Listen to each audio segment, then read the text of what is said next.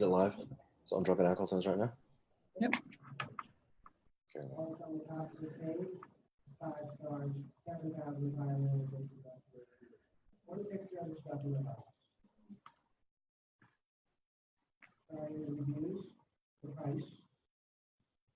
All right, Allie, we're live, so you can start to share it off the drug and alcohol attorneys page.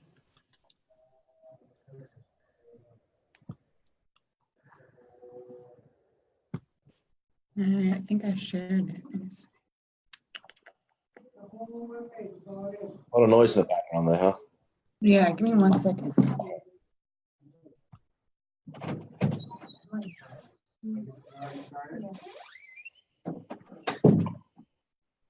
All right, Allie.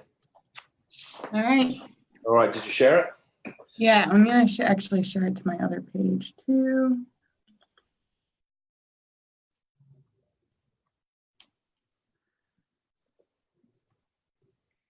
All right.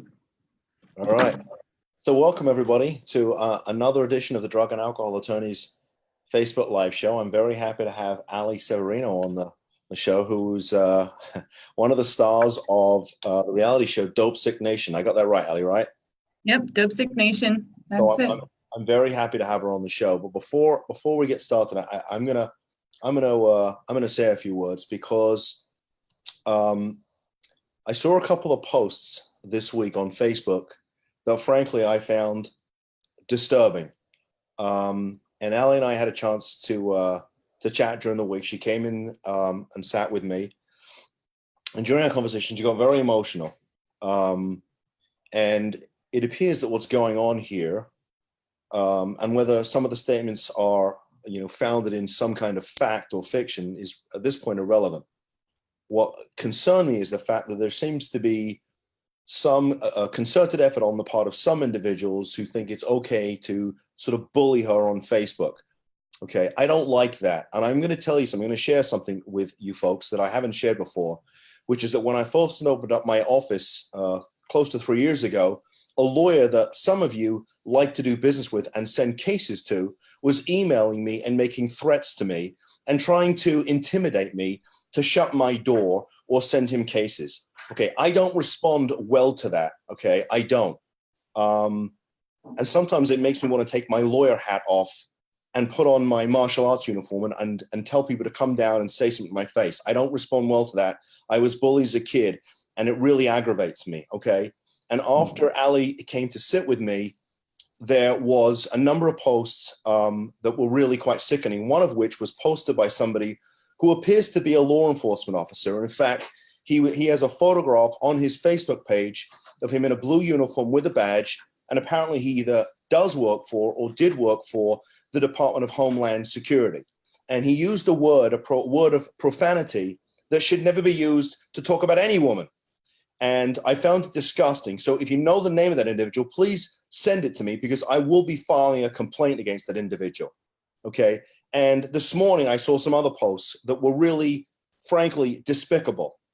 And what's interesting is that some of the posts that were put out there are people that I consider friends that I have respect for. And ironically, they're individuals that I've heard other people make comments about. And I would never find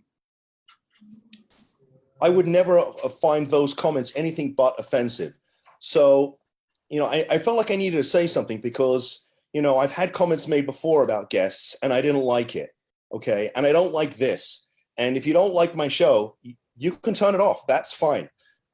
That's your right to do that. But I put the show out there and I have people on the show specifically so we can spread the message about what we do and what other people are doing to fight this war that we're in against addiction and mental illness. So if you've got a problem and you think somebody's done something wrong, something illegal, hey, feel free to file a complaint.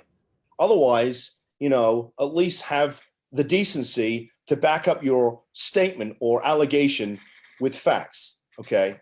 And with that said, Allie, let's talk about you because you're far more interesting than any of the other garbage that's been placed out on Facebook. So I appreciate that. I've been on a rant, but it needed to be said. Okay, this is ridiculous. Yeah. We seem to live we seem to be living in a culture where it's okay to bash everybody. You're sitting behind your keyboard on Facebook, and everybody's, a tough guy or a tough girl or whatever it is. Okay, I don't like it, and it needs to stop. So I agree. anyway, all right, let's talk about you, because I can just tell my blood's all starting to rush. All right, so Allie, how old are you? Let's talk I'm 28. Okay, when's that? I'm 28. 28. So where'd you grow up? I grew up in I moved frequently as a kid from Florida, New York, and New Jersey, kind of a lot. And then I planted in Florida when I was 14. So Okay. I've been here ever since. So what different places did you live before you came down here? I lived in Tampa, Florida, Vero Beach, Florida. I lived in Middletown, which is Orange County, New York. It's a little bit upstate, quiet. I lived in North Jersey and Bergen County, New Jersey. I was born in Englewood, New Jersey. And lots of cities, lots of first grade classes and schools. Okay, so why so much moving around? And before I was, when I was young, like 7 and younger, I lived with my mother, and, she drank. And I think that, I don't know, we didn't pay the rent, or we were running from problems, or whatever it might have been. I was too young to really know, but I knew we moved a lot. I failed first grade because we moved so many times, so many different schools, records. Okay, you have any siblings? I have 3 half sisters. They live with my oldest sister. She's 8 years older than me. She has kids and a husband. She's awesome, Noelle. And then I have 2 other half sisters. They just moved out of my mom's. They're young, 18, 23. And then I have 2 stepsisters too. I got a lot of sisters. Okay, is mom still around? My mom lives in New Jersey. Okay, So. you have contact with her? Sometimes, like when my show came out, I got a message, and Okay, what about your father? My dad's the best. My dad is here in Boca. He's in Boca. I'm very close with my dad. He raised me, so he is so excited, and we talk. We were on the phone last night, pretty lengthy conversations I have with my dad. But yeah, he's here. He's awesome. Okay. One of the things that you shared with me when we met during the week in my office was that you spent some time in foster care as a child. Mm-hmm. Okay. Tell us a little bit about that. How old were you? So I must have been around 13, because it was right before I came to Florida. So basically, when I was 7, I kind of told you how my dad got custody of me, right? The whole Disney World experience. My dad got custody of me, and all good. And then at some point he started dating my mom again, and which is whatever. And there were some things going on. My dad had kind of started drinking again. My mom and him were fighting, called the school, and I got taken out of the home, and I was placed in foster care for about 1.5 years. The beginning of it was okay because I lived at my friend's parents did awesome. They did all this work to become a foster care guardian parent. So I lived with them, but I was smoking weed, doing drugs, and they kicked me out, and I went to a group home. Okay. So how long did you spend in foster care? 1.5 years. Okay. What was that like? Like I said in the beginning, it wasn't as bad because now I'm at a friend's house and her parents are stable. They're together. The house is clean. Everything's nice. But I screwed it up for myself. And when I went to an actual group home where, the parents there, I didn't know, it was very far away from I had to change schools. I lived with a bunch of other kids, and it was very scary going there. But, I've always been able to, like a chameleon, I just adapted to my surroundings, figured out the new school, and just kind of kept my head down. Okay. And waited to go home. So I know that you're in recovery, right? Mm-hmm. So let's go back a little in time and maybe talk about when you first started to use. When did that happen? So the first time I smoked weed, I think I was in 5th grade. I didn't really know what I was doing. How old would you have been? I think that's 10. Okay. 10 or 11. Is that like fifth grade, I You know, think? I didn't go to school here, so I always get confused with the grades. So I Yeah, apologize for my ignorance on that. it is different. But yeah, so I think it was around there. I didn't really pick up till like 13, 12, 13, right? Regularly. But the first time I smoked weed, I was with a friend of mine. She goes, "Oh, this is my sister. My big sister does this," right? And I was like, I don't know. Like, drugs are bad, like, don't do drugs. Like, that's what literally they tell us all the time at school. And she's like, "No." And it was a bong, and I blew into it, and the water came out I didn't know what I was doing, is the point. And so, but that was pretty funny, but didn't feel much. And then as time went on, though, like, that's just what my neighborhood kids were doing, and we were all smoking weed. I was always very against alcohol and drinking. I never really drank through my entire addiction just because of my parents. But yeah, so I guess it really picked up in New York around 12 and 13, 14. Just Okay. kept getting. So did it progress from weed? Did it from marijuana? Yeah. Okay. So what types of Yeah. things did it progress to? So I mainly smoked weed, like I said. We started dabbling in coke in New York, some ecstasy. When I moved down to Florida, though, I kind of came into a whole new world because now I come from like this very middle of nowhere place in New York where you're not close to anything where I live. I mean, there's nothing there. Come down to West Boca, and like there was a Wendy's probably like a mile and a half away, and I thought it was so close. I was like, oh my God, like it's right down the street. I'm gonna walk there every day. And there's kids with a lot of money, and we had pill mills because it's like 2004, 2005 Okay. pill mill era. So I started Xanax and Coke every single day. Okay. And I how was old are you basically at this point? 15. Okay. Well, Coke and so you Xanax. came down here, you started doing Xanax and Coke. Where are you Mhm. going to school? West Boca High. Okay. What was that like? It was different. It was, I never had heard of what Hollister was or Abercrombie or Coach. I didn't know any of these things. And I had gone to a lot of schools. Like I said, I've been to like 20 plus schools in my life. But West Boca High, I was a nervous wreck to go. I puked my first day before I went there. I was so nervous. And yeah, it was different. It was different. Was high school a little bit different down here than it is up in New York? Oh, it was so strange. It was very like a lot of money. And that's, I didn't really have money. We lived in one of my uncle's houses down here, and my dad, it came down to practice. My dad fixes air conditioning. Does HVAC. He was working with my uncle, and it was like, yeah. And I went to the school, and there was very nice Beamers and this and that. And so it was different. Yeah, I guess they don't drive Beamers to school up in New York, right? No, They everyone do. has trucks, you They do. know? They do down in Boca. Yeah. One of the things I noticed. My brother went to high school down here, and when we moved here from England, and he said, "Wow, these high school kids are driving nicer cars than the adults." Yeah, it's crazy. It is crazy. So let's talk about let's move forward a little bit because at some point you got in trouble, right? You got arrested. Hmm. Okay, so let's talk about that. When did that happen? That happened in the summer of 2007. Okay, so how old were you back then? I wrote down 17. 17. Okay, so tell us about that. What had precipitated that? Like what was going on in your life? Because Yeah, basically my addiction had really started to just get worse and worse and worse, and I was really spiraling downhill. I started doing oxys and roxys a lot. I moved out of my dad's house. I moved in with my boyfriend. We're selling drugs. I'm kind of like doctor shopping. And for a long time, I had sold ecstasy. That's what I sold when I lived in Florida.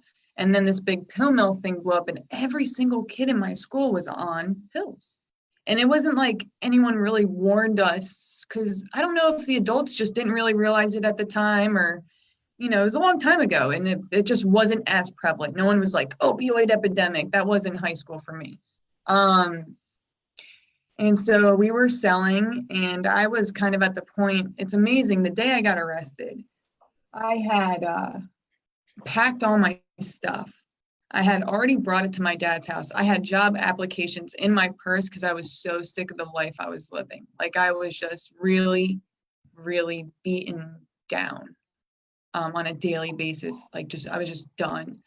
And I really wanted to move home and just like kind of escape this life I had made for myself. I had, this very much older drug dealer, like kind of took over my apartment, and it was a mess, and no electricity. Were you living with your dad at the time? No, I had moved out and moved in with a boyfriend. It might be presumptive to me, but were you using the drugs that you were selling to support not just a habit, but your basically standard, your way you were living? Yeah. That was the only way I was making any money. Okay. Doing anything. I needed to sell to use. I didn't really have any money. I wasn't like big Pablo Escobar raking in all the dough. I was getting high. So yeah. And I think I wrote down here, you said it was fun.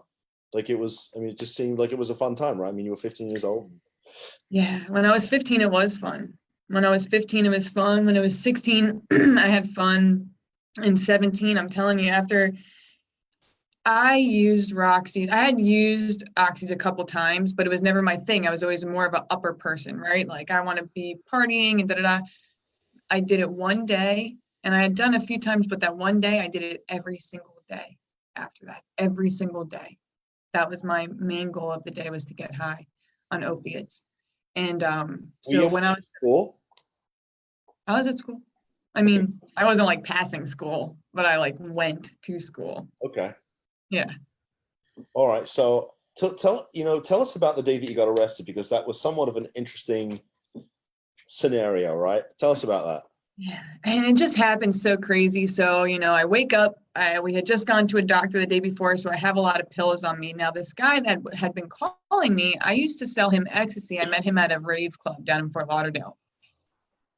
And but he was being really weird, and he wanted like a huge amount of ecstasy, and we were like, no, we're good. And he just kept blowing up our phone every day. And finally he was like, I'll buy oxys, you don't need it, I'll just grab some oxys from you guys. And it's greed. It was greed that got me in trouble. I really still firmly believe that.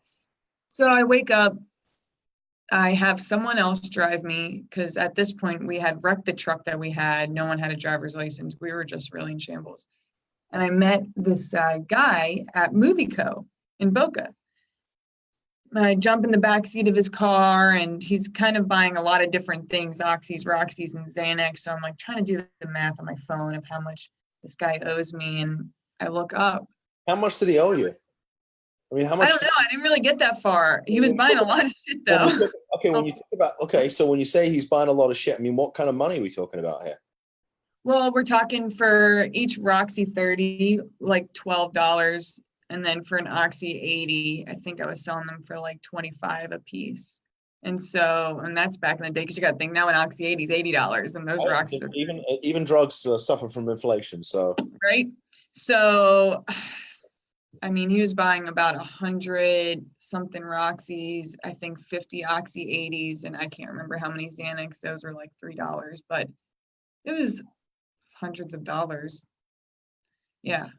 They had given me thousands of dollars already up to this point, in ecstasy. So whatever. And I was really not feeling good. I was having a rough day. I had puked right before I got there. And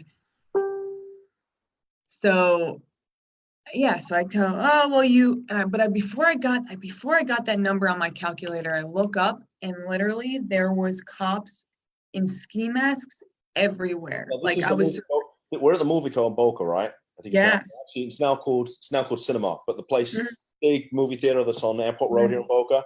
Yeah. So where are you in are you in the parking lot? Are you in reception? Where are you? I'm right on the side of the building, like where everyone parks, like on like the third row, close to the movie theater. The music from the movie theater I could hear. It was so dramatic. It was really dramatic, because it was like the dramatic movie music in the background while all this is transpiring. So how many cops do you think showed up? Because they were all in ski masks. There was like probably 20 to 30 like different police officers, because it was the organized crime task force plus Boca PD. I couldn't see much, because once they grabbed me out of the car and they threw me on the curb and handcuffed me, and they had, gun to my head. Keep your head down. Keep your head down. And like trying to, my hair is long, so it was like this. I'm like trying to look up, see what's going on. They didn't want me to see what was going on. I don't know. So it was a lot. It was wild. It was a wild experience. Scare the shit out of you? You know, it did, but I was mostly worried about my boyfriend and my drugs. And I guess at the time, I wasn't really thinking of long-term consequences. I really thought that if you weren't an adult, you can't get in adult trouble. Like that really was my thinking. So Okay, so you're living with your dad. So did they call your dad? I mean, they just popped you, right? For yeah. very So now I significant- have 4 counts of drug trafficking because 4 separate occasions they had been following me and recording me and all this stuff. They I get to the police station finally, and I'm in the Boca PD, and I'm kind of waiting, and they don't know who I am. You know, they find out, you know, they're like, "How old are you?" I say, "I'm 17." They're like, "What?" And you could just see the look on their face. Like, they're like, "What? We put in all this work and all of this money," because they had been giving me thousands of dollars to arrest a juvenile. So they try to call my parents. I'm like, "Listen, they're dead. You know, there's no parents." Because I'm like, "You can't call Frank, my dad. He's gonna flip. You know, that's not what I want to do today. Don't do it." And I got arrested at like 3 o'clock in the afternoon, I think, something around there. And they finally called him at like 3 a.m. Yeah. Okay. And How did he respond?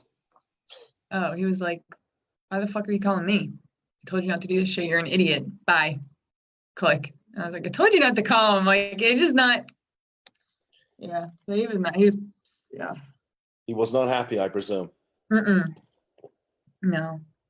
Okay. So what happened? I mean, you're in serious stuff now. So you're in trouble for serious stuff. What happens?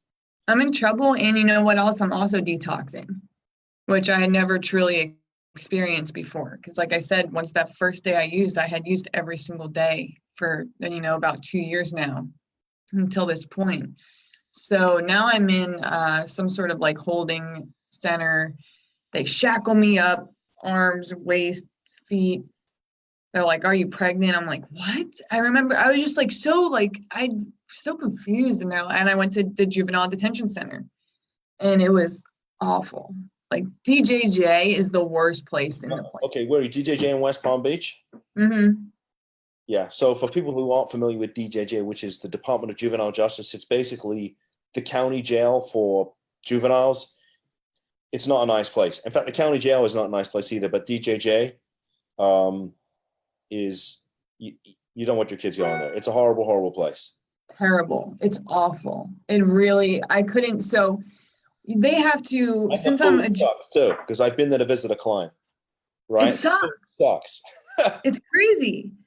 I can't believe they can like treat kids that way. And even like the phone calls there are their phone calls to call my dad is like $15 a phone call. And in Gun Club, it's only like $3. Like, it was really something else. And you still have to go to school and you can't lay down. You have to be up and sit in this like whatever all day. And the girls there, they're scary. You know, I was there with the Dunbar Village rapist. These kids that had raped this lady over and over and like disgustingly. And it was just like, and they actually transferred me with them to Gun Club. So I'm in DJJ for 20, I believe it was like 28 days. I think they have like 25 or 28 days to direct file you, right? Direct file means you're being charged as an adult, not as a juvenile. You get direct file to go to Gun Club. Right. So there are certain crimes in Florida that even though you're juvenile, things like what you were charged with, murder, where the state attorney can basically treat you like an adult and charge you as an adult, which means adult sanctions, right? Right. Okay. So what ultimately happened to the case? Ultimately, so I go to Gun Club, I get out, I'm on house arrest. I ended up getting charged youthful. I pled youthful offender status, which I believe you can do one time under the age of 25 if you've never been in trouble before. And I think tell me if I'm right, it gives your judge kind of more of leeway with your sentencing. Right. So for the folks that aren't familiar with our criminal justice system here in Florida, there's sort of what we call a youthful offender sentence. That means you're basically in adult court, but it enables the judge to give you sanctions that you couldn't necessarily give to an adult. So think about it as the halfway point between juvenile. So you've got adult court here, you've got juvenile down here, and in the middle is youthful offender. So it basically allows an adult court judge to treat you just a little, to basically give you an opportunity not to get sanctioned as an adult. But if you screw up, you can go to prison, just like you would if you were an adult. That's what it is. And typically, when you get a youthful offender sentence, they make you jump through a lot of hoops, right? Because you're basically getting a break, right? You've been charged as an adult, but you're getting treated like more like a juvenile. Right. Yeah. So, no, that. Yeah. So I know that you got put on probation, right? Mm-hmm. How long for? 6 years. That's a lot of probation, Allie. It is. It's a long time, and people were saying that was, I got a big break, and I got a break. I'm very grateful I didn't go to prison, but it was my job to take that 6-year probation status, to do my 2 drug tests every single month for 6 years with no early termination, and now it's my job to stay out of trouble and do the right thing. And did you have to go to treatment as a condition of probation? I did, yeah. Did you go? I did. And you know what? That was one of the best things that's ever happened to me. And I'm really grateful. I was talking to my dad last night, and my dad he was talking about kind of being forced into treatment, right? And which I would have never gone to treatment if I wasn't court mandated or if I was not kind of forced to go. And so I thought it was, interesting, because I was talking to my dad, and he was like, Allie, I wanted to go to jail. I didn't think I'd be able to successfully complete 6 years sober. I thought, I'm going to screw this up for sure. And I'm going to end up doing more time if I don't just get it out of the way now. And when I went to the Drug Abuse Foundation to do my assessment. And when I was there at this point, now this is after jail, I'm still using after I get out of jail. I'm homeless. I bring someone else's urine there to try and pass a drug test that they're giving me, because if I fail it, I'm going to jail. The urine goes all over my clothes, not in the cup. Like, this is how much of a disgusting mess I am. I have someone's pee on me. I'm like homeless. I have no clothes. I have no money. I'm doing more drugs than ever. It's just so bad. And I said, listen, I need to go to inpatient. So I know you're going to test me and you want to know, I'm going to come up for everything on it. I need help, and outpatient's not going to work. So I hope I made your job a little easier. Like, please don't drug test me. I can't fail it. And they were like, all right, wait here. And the director of DAF came to me, and I told her the same thing. I need to go to inpatient treatment. And it was kind of my moment of clarity, because I had never said that before. I never wanted to go to treatment or anything. And she was like, okay, all right, we're not going to drug test you. And, So, we'll did you go to residential treatment at DAF, a Drug Abuse Foundation? Yeah. How long did you spend in treatment? 6 months. Okay. And I think you also did some outpatient treatment too, right? Yeah. So I did a little bit over 2 months in their residential unit. I did 4 months of their halfway house. It has like a 6 p.m. curfew. It's very strict. And then I did 3 months of their outpatient. Okay. And was there ever a relapse? After I had 9 months. I drank when I was 9 months sober. Okay. So basically, I didn't, my sponsor had faded kind of away on her own recovery, wasn't doing really well. I never got another one. I had kind of stopped going to meetings and stopped just doing a lot of things I should be doing, right? And I've done since this day. I didn't have a home group. I didn't have a sponsor. I'm not working steps. I'm not doing anything productive. I'm living in a very,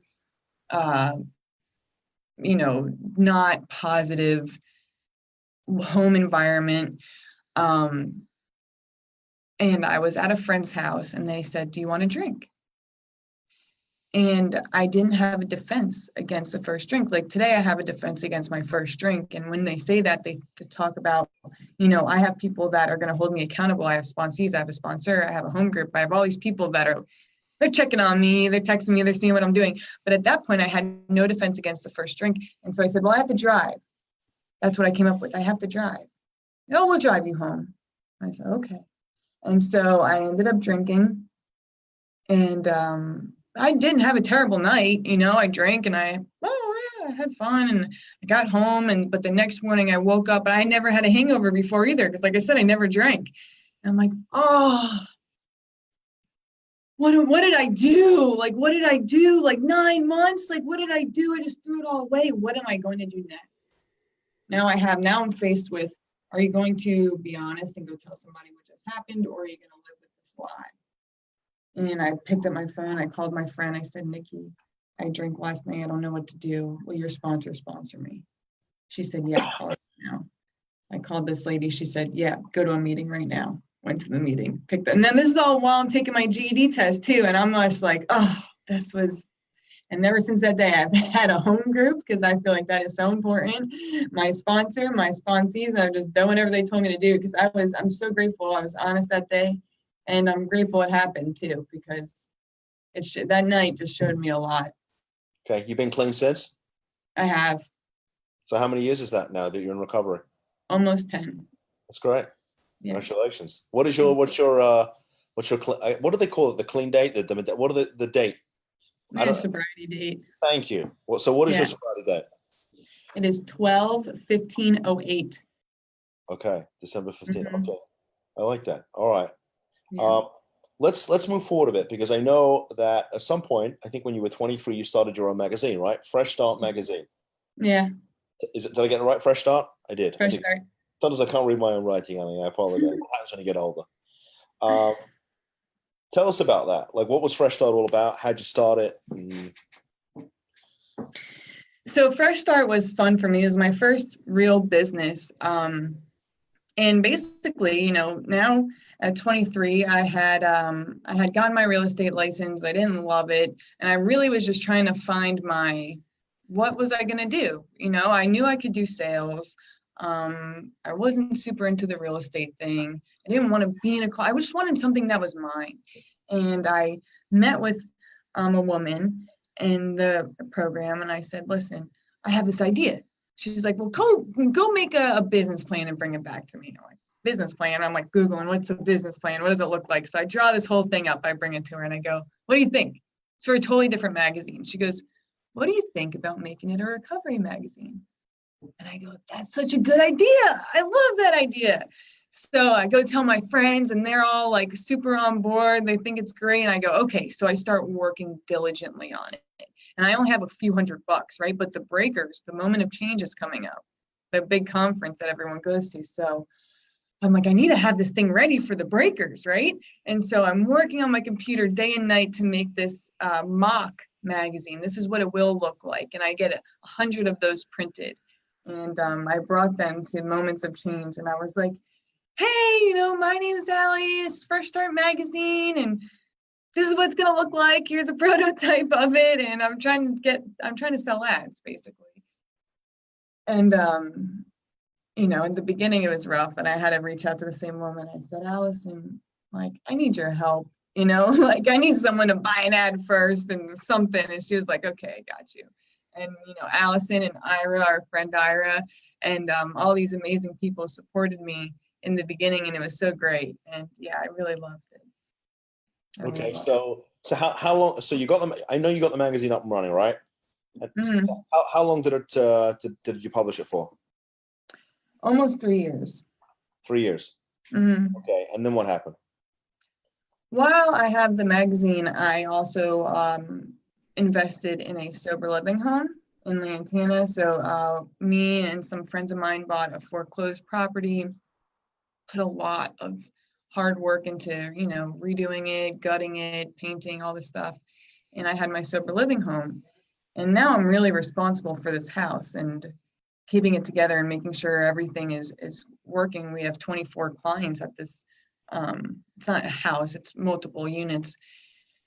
And I kept trying to hire people for the magazine, like, hey, you got to do sales, like you got to go sell the ads to the treatment centers. And if you do that, then you get paid and then I'll make the magazine. But it was just tough. I don't know, maybe it's hard when it's not yours. I loved it so much and I believed in it so much and that sells, that belief sells, but they weren't having great luck with it. So it kind of, our last advertisers had their advertisements. We ran the magazine and I basically just focused on my sober living from then on out. Okay. So I couldn't have my cake and eat it too, unfortunately. Say that again? I couldn't have my cake and eat it too. All I right. couldn't do both things. So is the sober home, is that still running right now? Still operating? I believe it's still a sober home. It's not owned by me or anyone that I know. We ended up selling it a couple years later to a treatment provider. Okay. So yeah, I drive by it though. It's cute. It's fun All to right. see. So I know that you're in school right now, right? You are studying. Yeah. Where are you enrolled in school? Palm Beach State Okay. What are you studying? business. Okay. How appropriate. I And know. when did you start? When did you start college? About a year and a half ago, I Okay. started college. I All right. love it. I'm so happy. I feel like I wish I would have gone sooner, and I had such a thing against college that I can do it on my own. I'll learn it. I don't need to go or spend all this money, but I've loved every class I've ever taken, and I'm very happy to be there. All right. Let's talk about Dopesick Nation because, truthfully, I mean, we met through sort of a mutual friend, and Hmm. I didn't really know that much about you. And then there was an article, I think it was in the Sun Sentinel. Was it the Sun Yeah, Sentinel? That was yeah. last Sunday, and I said, "Wow, this is Allie." So that's when you and I started to talk. So tell us what Dopesick Nation is. What I know it's a reality show, but tell us what it is. Well, it's not a reality show, really. It's a docu-series. Okay. So it's not scripted or anything like that. But basically, it's we made a documentary film. It's called American Relapse. We made that. We started filming about 3 years ago now, on this movie. And the movie really just documents the opioid epidemic and South Florida's role and what was going on down here at that time 3 years ago. Um, and from that spawned the series because when especially the filmmakers, when they're producing this movie, they're realizing there's so much more. There's just so much more going on than here's an addict who has or doesn't have insurance, here's the rehab center. Like it's just, there's codependency and there's different mental illnesses and homelessness and aftercare and medication assisted treatment. There's so many things to talk about when it comes to addiction treatment, that we really needed more time. And it was cool. They brought like a part of the movie to Viceland.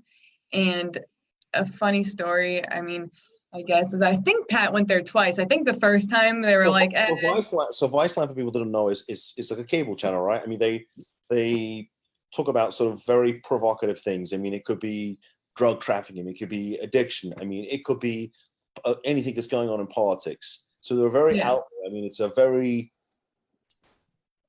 chic, boutique, cool cable channel that talks about stuff that you don't see on CNN or Fox or any of the other sort of right. what we'd consider mainstream. So go ahead. I'm sorry. No, yeah, it's a very cool channel. And when we were actually filming the movie, we would joke about being on Viceland one day. We're like, yeah, Viceland, because I was addicted to that. I mean, I still am addicted to their channel. It's weird to see my face on the commercials, but I love their content. It's awesome. And yeah, so Pat told them and they said, yeah, we love it.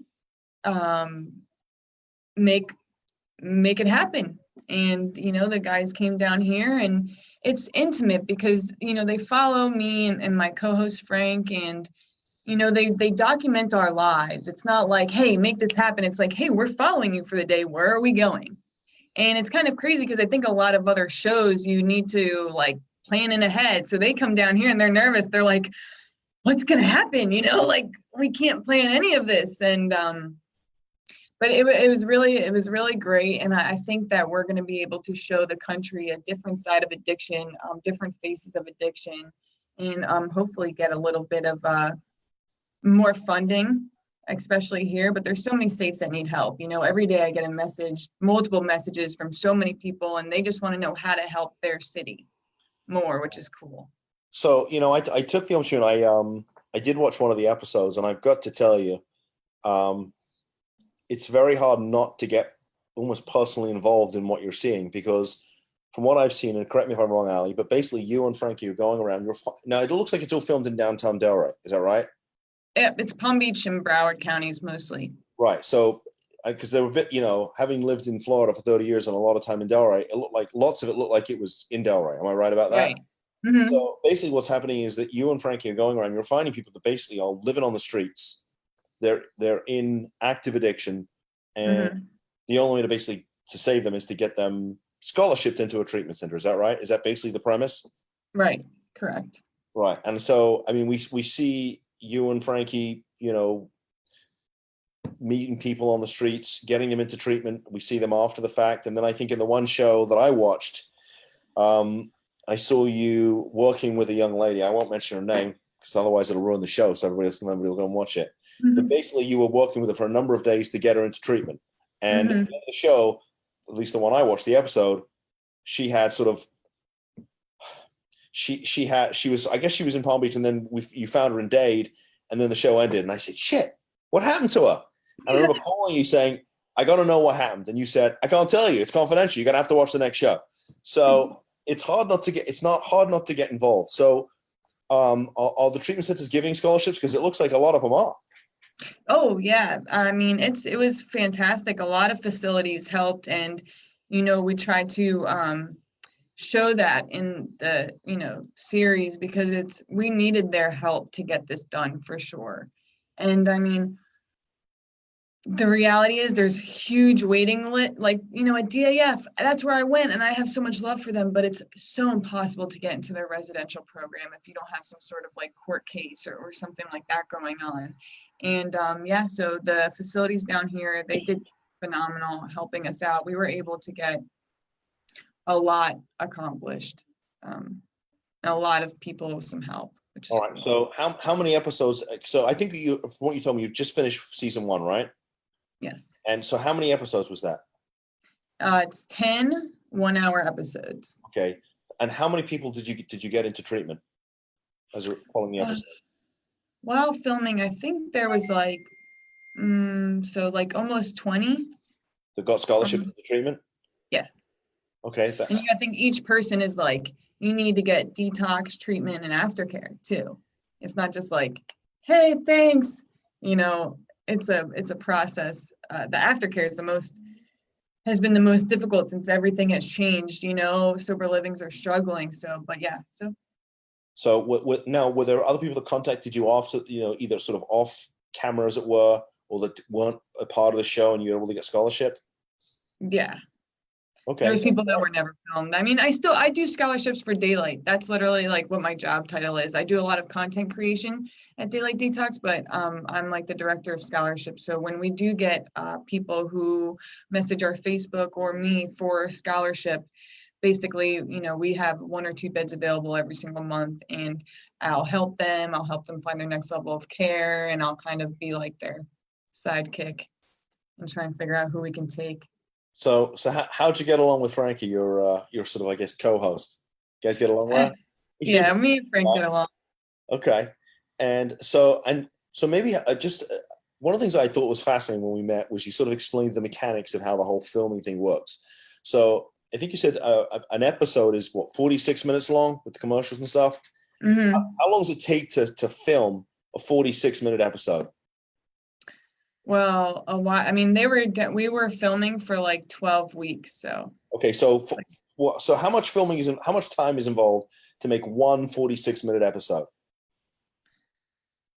um, I mean, I don't really like 5 days times 13. So What's it's that? okay. So all right. So here we go. So you're doing, what's that, 65 hours if my math is right? I think. Basically, yeah, I'm a lawyer, but they say we can't count. It's probably true. So basically, for every episode you film 5 days a week for 13 hours a day. That, Hmm. that gives you a 46-minute episode, and you did 10 of those. Right. Okay, that's a lot of filming. Yeah, Okay. totally.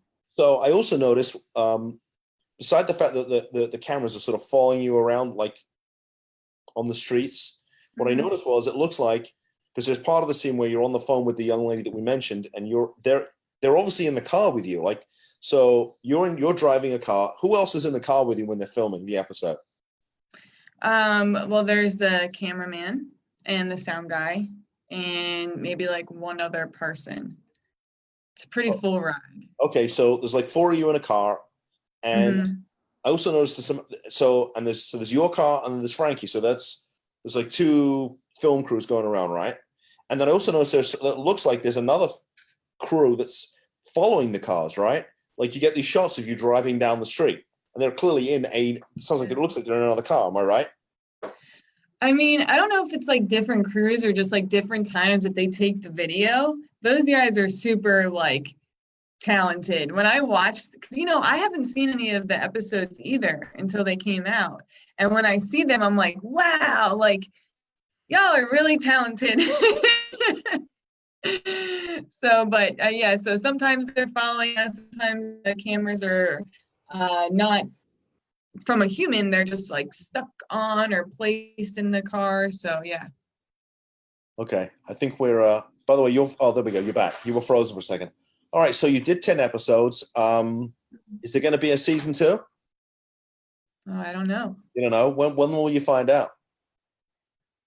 I don't know. I'm new to all this showbiz stuff. Okay. I am new to it, but I mean, I don't know. But when I do know, I will let you know. You let me know. All right. Well, Yeah. As your attorney, I guess it'll be privileged. So for those that are watching, sorry, until Allie makes a public announcement, I will not be able to tell you, even if I do know. In fact, I will not even be able to tell you if I know, because that would be a violation of privilege. So I guess the bottom line is you'll have to wait till Allie makes an announcement. You'll have to wait. And then I'll say, see, I told you so. Just from what I've seen, it looks really, it's good. I think it gives people an idea. I mean, we sort of live in a bit of a bubble here in Boca, especially in Boca, and we don't realize the people that are living on the streets. It's terrible. It really is. It's heartbreaking. We'll get off the topic in a second, but how do you decide who you're gonna? Maybe you don't decide. How do you figure out who you're going to try and help, like for a particular episode? How's that work? Well, we never picked people for a particular episode, and it's kind of like when we're filming. Every day I get asked for a scholarship, just regularly, like going through life, or not, like at least a couple of times a week. And so, you have to let them know what it entails. Are they willing to be open and, tell their story? Most of them don't care at all. They're so excited to go get help. But then I look at how often have you been to treatment? How many chances have you gotten? How many scholarships have you gotten? Are there any other options for you? Like a lot of the people we helped didn't have IDs, so they couldn't get into like state ran facilities because you need ID. So things like that, or if they're homeless, as opposed to having maybe a safe place to stay, that takes a little bit of a higher priority just in my book, because you're not safe right now. So I want to make sure that they're safe. So yeah, it's hard. It's really hard because I don't want to play God, and I don't want to be like, oh, you deserve this or you don't deserve that, or you've been 30 times and, whatever. I don't really want to play God. So it is difficult. Okay. So it seems like you're trying to make a difference, and yeah. Good for you, Allie. So filming's done. Do you feel like you've become a little bit of a celebrity? Are you getting people messaging you on Facebook and recognizing you? Yeah, I get a lot of messages. And they call me. They're like, "Oh, it's weird to message a famous person." I'm like, "I'm not famous yet, But like, all my friends joke on Wednesdays. They like roll out this like red carpet for me. They're so funny. All right. And but no, I definitely just feel like myself. Just the positivity though that I get daily is just so cool. Everyone that watches the show that's affected in a positive way, they are so awesome, and they all tell me their stories or what they've been through or how they're inspired to help others, and that has been the best part of it all. Okay, so tell us about where you work. Tell us about, because I know that you're working at a detox, right? And I think they said your detox, the way you work, has also given some scholarships. Am I right about that? Yeah. I'm going to drink the water, Allie, before I choke to death. Go ahead. Sorry, I am listening. No, yeah, I work at Daylight Detox and Recovery Centers, and I've been here for a couple years now, and they're so fantastic. They really, really are fantastic.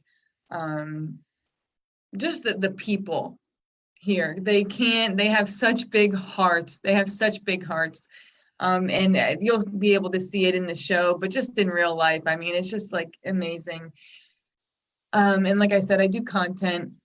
We're a detox res facility in West Palm Beach, 30 beds, very nice. It's a very, very nice facility. And then we have the small IOP on Singer Island. So, but they are the best. I love them. Okay. So it sounds like life is good. No?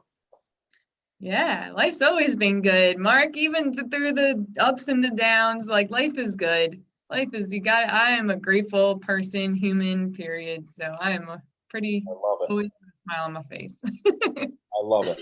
All right, listen, before I let you go, give out some information for us. So the place that you work out, give us the name again. I work at Daylight Detox and Recovery Centers. So Daylight, DAYLIGHT, Daylight? Yes. Okay, so do they have a website? Do those guys have a website? Yeah. We'll Daylight Detox and Recovery.com. I believe that's it. Daylight. All right, I'm gonna check it for you. Hold on. Yeah, check it for me. That'd be awesome. Daylight Recovery and Detox.com. Yes. Daylight Detox and Recovery. I got it the wrong way around. I'm sorry. You can tell I'm a self-taught typist. Daylight Detox and Recovery.com. I'm not finding it. Give me a second here, because I want you to give out let's give out the Yeah, let me check it out.